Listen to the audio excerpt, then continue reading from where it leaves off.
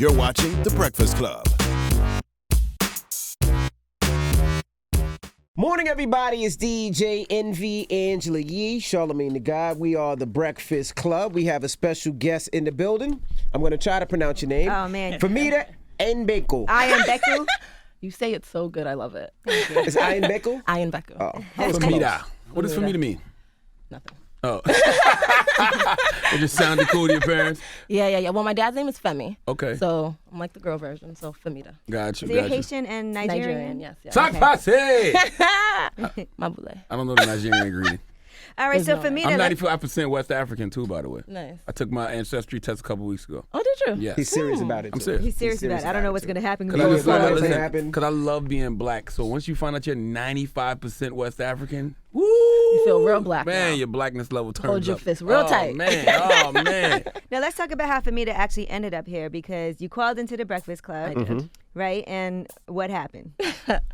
Well, I wanted to tell you guys about my story, and then Charlamagne said something, and That's I usually was how it like, happens, you yeah. know, it's crazy because I only just started running a couple years ago, and I wasn't really into the Paralympic world either. So when I called in and Charlamagne said, is the Paralympics the same thing as the Special Olympics? I'm like, oh my gosh, this is real. Like, people really don't know. No clue. No clue. So, you guys want me to explain what Yes, it is? please. Yeah, please. So the Paralympics, they call us the, what is it called? The counterparts of the Olympics. So we operate the same as the Olympics. We're all Team USA. There's just two separate teams, I guess. So we are disabled athletes, physical disabilities. So I'm an amputee. I lost my leg in a car accident 14 years ago. My two sisters were in the car with me, actually. Hey, sisters. And you were only 11 years old. I was 11. Oh, my God. Man. Me and her were actually thrown out of the car on the highway. Where was this at, New York or No, in Boston. in Boston? Okay. Yes. So got thrown out of the car. I stopped breathing.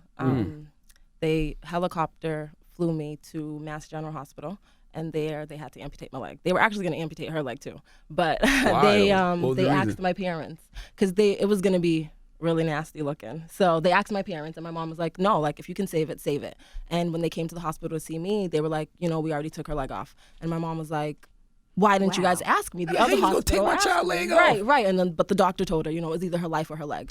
So that wasn't really a choice we needed to leave up to you. So it was like a blood clot or something? Like, what was it? I honestly don't even know. I don't remember. Cassie is the one that found us on the highway. We That's were crazy. thrown two separate sides of the highway. She was stuck under the guardrail, and my leg got, I don't know, she said it was twisted all the way back. She knew it had to come off. And what Who was age, driving? what age was your sister? My when this cousin. happened? Well, She was 12. So you was 12 and your cousin was? The driver was 19. She's the other sister. Wow. I have a lot of sisters. So you are 7? You have 7 brothers and sisters? Yes. Okay, Yes, wow. Yes, yeah. It's a lot of us. How did that affect you at 11 years old? I mean, losing a part of your leg. Like, At first, honestly, everybody told me that I took it really well. Everybody just kept telling me that I was lucky to be alive. So that's kind of what stuck in my head for a while. When I went back to school, the only thing that was really hard was just adjusting to my friends and my friends adjusting to me. I had a couple of friends that were scared of me. You know, they wouldn't even come next to me because I didn't have a leg for a couple months. So I was going around in a wheelchair with just my leg like propped up kind of. So a lot of my friends were like, you know, scared, and it what was the just hell would they something be I scared dealt for? You should be the one scared. But I guess everybody is really At young. age 11, Right. you don't know what's going Right, on. right, like, right. Like when you know when your kids, like when my kids see a homeless person and they don't have a leg, they ask a lot of questions like that because they don't know, they don't see right left. It's not something they're used to seeing in school. Right. Or And they might not have never seen that before. Now, you did get a prosthetic leg. When did that happen? just a few months after the accident. So the accident happened in July, and I believe I got my leg, I want to say in November or December. So I was like fully walking by January. So I was like between my leg and a wheelchair. Did they bully you? Like in school? I had a couple kids call me Pirate Lady and Peg Leg, things like that. Charlamagne would be that kid. I No, feel I like he would not. Yes, you would. would. I was Charlamagne. never that As a person. kid, as a kid? No, I never was What that about person. that one kid that punched in the back of his neck? He was slow. He didn't have a disability. And the reason I would never tease somebody with a disability because I've always my whole life felt like that could easily happen to me. Thank you. Easily. So That you is could what make I fun of the say slow all kid, the but not the kid with time. the disability. Yeah. Yes. This Yes. guy is a jerk. But that could also easily be your child. Well, it wasn't. Thank God. All right. It hasn't been. Okay. Thus far. Yes. All right. So now you were telling us. So how long did it take you to have to learn? Because you have to learn how to walk again. Is that Right, true? right. again, I think it was because I was so young. It was an easy bounce back. Oh, not easy, but it was a quick bounce back. So just like a couple months. Because you learn to grow with it. Because I guess around that time, right. a couple years later, you're doing puberty and all that stuff. So it's kind of like a yeah, thing that you know. grows with And I'm you. like, now after I turned 23, I've lived more of my life as an amputee than not. You know, so. Right. Were you ever depressed at like afterward? I know you were really young, so obviously the adjustment period, adjusting to that at a young age. But were you ever like, why did this happen to me, or were you always just like really positive? I think okay, honestly, I don't want to say this because they're in the room, but honestly, I felt like my family was so sad that I didn't want to be sad too. So I kind of just tried to be happy for them. For them, right. You know. That's one of the reasons you started running, because you're like, look, I don't want to be treated like something's wrong with me. I just want to live a normal life, so to speak. Actually, my prosthetist down in United Prosthetics. All right, I'm stupid. What is that? My Prosthetic leg. prosthetics. Oh, okay. So my prosthetist is the woman. Her name is Julianne, actually, from United Prosthetics. She brought me to, there was a running clinic down in Boston, teaching amputees how to run. Right. So my silly self, she called me and she was like, oh, there's a running clinic coming to Boston. I've never ran before on a running leg. So she was like, do you want to try it out? And I'm like, I don't have a running leg. They're super expensive. And she's like, oh no, the clinic is coming and they're going to let you borrow a leg for the day. I'm like, oh, okay. So I went and we had to fit myself for it and everything. And I'm like, I put it on and I'm like, oh my gosh, I only get to wear this for one day. I was so sad. And I'm like, I'm going to go online. I'm going to look for brands. Talking, how much are the legs? So you said they're so expensive. Depending on the type of leg, it can be anywhere from like 10 to 20,000. Sheesh. Yeah. All right, yeah, go ahead. I'm sorry. So she's like, we fit the leg and we go and I get there and everybody's like, oh, the guest of honor is here. The guest of honor is here. And I'm like, who is this guest of honor? And then I go in and they're like, yeah, we're giving you this leg. Wow. And I just started so awesome. crying because I went online, I was looking for grants and I'm like, I'm never going to get this leg, that's expensive you know? as hell, yeah. So I put it on and they had like the different classes, the intermediate, the beginners and like all that stuff. And they put me in the beginners class because everybody knew this was my first time putting this on. And I put it on and I'm like, no, I love this. I absolutely love this. I need to run. And I met a man there named Jerome Singleton, and he was like, you know, you look good. Like, my body was athletic. I used to go to the gym all the time.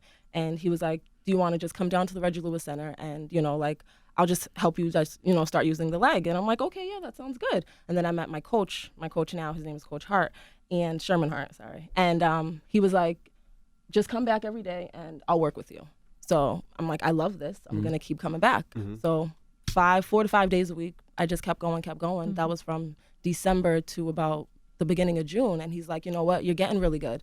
I'm going to send you down to nationals. And I'm like, I don't want to go to nationals. I didn't want to go. I just wanted to run, you know, and this like Paralympics and all this stuff was never. Run, are you doing long distance? Is it short? Is it Sure, I'm a sprinter. Sprinter. Yeah, so he sent me down to North Carolina and I actually, I won the 100 meters. Oh, wow. Yes. I beat a woman that has never been beaten in the United States before. Wow. She's been the U.S. national champion for the last 16 years. Wow. How does it Incredible. feel? Like, is it does it feel like, is it a hard adjustment with a prosthetic leg? Or? I always tell people when I run, I feel like I have 2 feet. That's the feeling that it gives back to me. So everybody You're not asks jogging. me. You're sprinting full I'm sprinting. speed. I'm sprinting. But so You like could definitely be Envy and Charlamagne. definitely. Me too. I think so. I doubt it. the flow of it is just, it feels so natural that, you know, people are like, oh my gosh, after 6 months you became the national champion. That's crazy, you know? And That was it really was quick. crazy. It was really quick. And that's what everybody says, you know, I was a Paralympian after 7 months of training, you know? I notice they always say, oh, everything happens for a reason. Like whenever something, I guess, quote unquote, bad happens. I say so-called bad because I don't believe in good or bad. I think that it's just experiences of life. Everything happens for a reason. Have you found out the reason you think that may have happened to you? I absolutely believe that was my reason. Everything leading up to now, it's just worked out so perfectly. I started a nonprofit organization when I graduated college for amputees and Limitless. Yes. Creating awareness and providing LIMB, support. by the way. That's right. Creating awareness and providing support to the amputee community. And just a couple months after starting that, I got the leg and I just became the national champion, and then I went to world championships and just doing all this stuff. And I'm like, this is my year. I want to break this world record. And I'm sure it's been so inspirational for people that have gone through this to actually see you after 6-7 months of training, taking home the 100 meter and just winning the gold medal and all of that. So Right. a lot of people reach out to you, sure, like young people. And Yeah. I think a lot of people see me, and I think a lot of misconceptions people get is because it was so fast, it was easy. And I tell people it wasn't easy. I just really love this. When you love something and you find something you love, it's easy to give it your all. How old were you when that happened? She said 11. When what happened? When you started running? 23. Oh, all right. So you had, what? I'm dumb. So over a decade to get used to having a prosthetic leg, kind of. To having a prosthetic leg, yes. But a prosthetic leg and a running blade are two different things. Like, you can have amputees that can't use a running blade. Okay, break it down for me. So I was going to bring it up here, too, and I left it in the car. What? My running leg, so you guys could see it. But I wish I could do that with my penis. I'm being honest with you. You want to run into I always think about that. Like, I wish I could just leave it with my wife. So I keep you out of trouble. Yeah. If you can put it right here, I'll be back. Yeah, there you go. But yeah, so I have this one. This is my walking leg. I have a walking leg, a running leg, a water leg. A water leg? For the pool, for swimming and stuff. To go in the pool and stuff. So this is a walking leg. Okay. It's very easy, very simple. I tried to play basketball with it my freshman year of high school and terribly failed because the way it's built, there's no spring. So I'm just like, it's like dead weight, just pounding straight on it. Gotcha. With the blades, there's like a spring in it. So it kind of mimics the side for like the sprinting effect to give you that push. So you could play basketball with that one? I can play basketball with that one. Okay. Now, were you wearing your seatbelt during that accident? No seatbelt? No. We were in like, those really old-fashioned station wagons? Where you can the sit big like long in the trunk. joints. Yeah. Where you can sit in the trunk. Yeah. So we were back there and the car spun and we flew out. Oh, my goodness. I believe God opened the door for us because I think if the door didn't open, we would run through the glass. That happened to me. What? I didn't have my seatbelt on, and when I got into the wreck, I flew out of the back window. And if I would have had a seatbelt on, I would have died because the van would have crushed. I wouldn't have been able to fly out. Right. Yeah. Now, do you think the running blade gives you an advantage? I actually had somebody comment on one of my pictures saying that. It's hard to make that exact. Now I don't remember what it feels like to run with 2 feet. So for me, I feel like I'm running with 2 feet. So I feel like the way you would feel like if you had, you know what I mean? There's a big controversy between single amputees and double amputees. You guys two know running blades. they have two. So like, dude, what's his name? Oscar. Oscar. Yeah. I knew you were I'm gonna about to say say poor little Ting Ting because of Cat Williams. Ting. Yeah. I remember his name. Yeah, so they say that doubles, for me, prejudice, I say doubles have an advantage over singles. Just because they have two springs. Have you ever raced a double? Yes. And you beat I've 'em? raced doubles. And you beat them? No. Oh. Depending on the race. So for the 200 with the doubles, it's harder because they don't come out the blocks as fast as us, but once they pick up that momentum, those springs just moving. It just carries them. So for us, it's like we have one side that's springing, but we have another side that also has to keep up, Right. So it's a little hard to make that. And right now you're training for next year's Olympics. 2020 is the next Olympics the next in Tokyo. Okay. So next year we have, actually next year is nothing. I think next year is like a dead year. 2019 we have the next World Championships, and then 2020 is the next Olympics. How do you train though? Like, how do you keep, I guess, everything in shape, so to speak? So I'm on the track 4 to 5 days a week, and I'm in the gym 3 days a week. Okay. Depending on whatever workouts my coach gives me. We do endurance and we do a lot of speed work. So when you do leg exercises, how do you work out both thighs? I guess. So to speak? Well, I have my calf. So Okay. my leg goes down to here. All right. So I get a good workout here. My calf doesn't really get too worked out, but I just do everything the same. Do you ever like miss your leg? Because I've had like a minor surgery, right? And I remember. Oh, my goodness. I've had a minor surgery. Is that what you I wasn't even gonna say what it was. But now he misses it.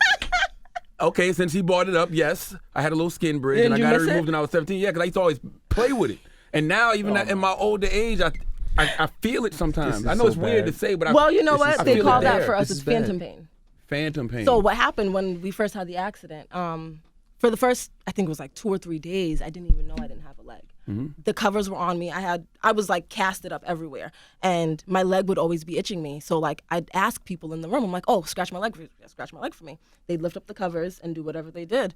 And then one day, my dad tells me that my leg is gone, and I'm like, what the heck have you guys been doing these last couple of days? Because they've been scratching my foot, and I'm telling them it feels good, and like, oh yeah, you're getting that spot, but it's called phantom pain. Boom. So they didn't want to See? tell you right So away. I'm not crazy. No, they didn't want. They were scared All right. about I don't what call my you reactions crazy. be and everything. Is there anything that you can't do or cannot do, or is you just can't do? That's what cannot. No. That was vintage DJ. I need that as a clip. That was amazing. Is there anything that you can't do or cannot do or can't do? That was incredible. Jesus So is there anything you Christ. can't do? That's all you had to say the first time. I don't know why you just couldn't say that. Wow. I don't think there's anything I can't do. That's right. That's good. I love to hear that. What were your aspirations before the accident? Oh my Or did gosh, you I have was any? only 11. Yeah. Some of you She was a remember. superhero. That's just gonna be a Right. superhero. My goodness. President. Dope. You still can be all that though. Yeah, no. Because I mean, you're not defined by your disability. No, absolutely not. And that's what a lot of people say, especially in my sport. We have blind people. Oh my gosh, if you guys ever get a chance to watch the blind athletes, I think they're more amazing than the amputees or anybody else, because you have two people, they're tethered together and they're sprinting like as fast as they can go. And it's just so beautiful to see it because they're so synchronized. And it's just like, that's a true talent, When I hear people, like, everybody knows about the Olympics, and I think it's great, but I'm like, I really want people to pay attention to the Paralympics, because what we're doing everything that our counterparts can do, everything that people see us and they think that we're unable to do. People see me and before I get on the track, they think they're going to beat me. And I'm like, no, you're not going to beat me today, And it's like they see me with one leg and they think they're going to win. And it's just like, it's terrible. So for the blind people tethered, they're both blind, tethered together? No, one blind. Okay. They have. So what if the person that's not blind can't run as fast as the person who is blind? That's kind of not fair. No, it's hard, but no, they do matchups and they make sure that the guy. Because you'd be is like, always man, I able would have to won, run but as this fast. guy slowing me down. You got too slow for me. No. No, yeah, they make sure that they're a good match and they run together, and it's beautiful. What about endorsements and stuff? Endorsements. That is what I'm working on right now. Because I work full time, I train full time, and then I travel whenever it requires me to travel. So, looking for sponsors. Well, That this is might where I'm at help. right now. I hope so. Yeah, do you think there's any prejudice from sponsors? So to Oh yeah, speak? definitely. Yeah. You don't see a lot of Paralympic athletes being sponsored. You don't even hear about it too much. You don't. Never We heard- don't. I never This heard is of the the first time we Paralympics. heard of it. And I'm neither. so happy that you guys are paying attention. It really is bringing joy to my heart, because after only being this for 2 years, there's people that have been in this sport for a very long time, and only now is when people are just now starting to pay attention. When we travel internationally, though, everybody knows. Everybody knows. Everybody knows. We went to London, and the support that we got in London was absolutely amazing. And it's like we just don't get that out here. So that's why when I called and Charlamagne said that, I'm like, oh my gosh, please, I need to get this. You've heard that before, though, I'm sure. Oh my gosh, yeah, all the time. It happens all the time, which is why I'm like, being able to be here and talk about it, I'm just really thankful for that. Wasn't Oscar, correct me if I'm wrong, wasn't he racing people with legs, though? He was. So Okay, that was when gotcha. the whole debate came about, where they're like, you guys can't race with us. You guys have an advantage, and that's where the whole dilemma came. And now they don't let a lot of Paralympic athletes cross into the Olympic world anymore. That's whack. If y'all want to compete, let y'all compete. But the thing is, I feel like they would be more scared, like, It's an Oh. advantage. yeah, All right, just like you even said, people with two prosthetic right, exactly, legs, exactly. they might have an advantage over you with the runner's legs. Yeah. So, yeah. Well, thank you for joining us and clearing Absolutely. that up. Great Thank story. you guys You for writing a book? having me. Envy, Femita again, thinking what's your about it. name, Envy? Femita What's your last name? Ayanbeku. I am Becco. Ayanbeku. Oh, I Beku. wanted to ask her because you're all over the place. Why didn't your sister's leg get amputated? Because they could save it. Okay. Yeah, Your leg yeah. couldn't be safe. Right. Got you. Well, thank you for joining us and sharing Thank you your for story. having And thank me. you for your family for joining us as well. Yes, very inspiring. We Thank appreciate you, Femita. And thank you Thank you, for thank you. listening to The Breakfast Club. Oh, Yes. no problem. Every morning. All right, it's Thank the you for Breakfast having no Club. taste. Good morning.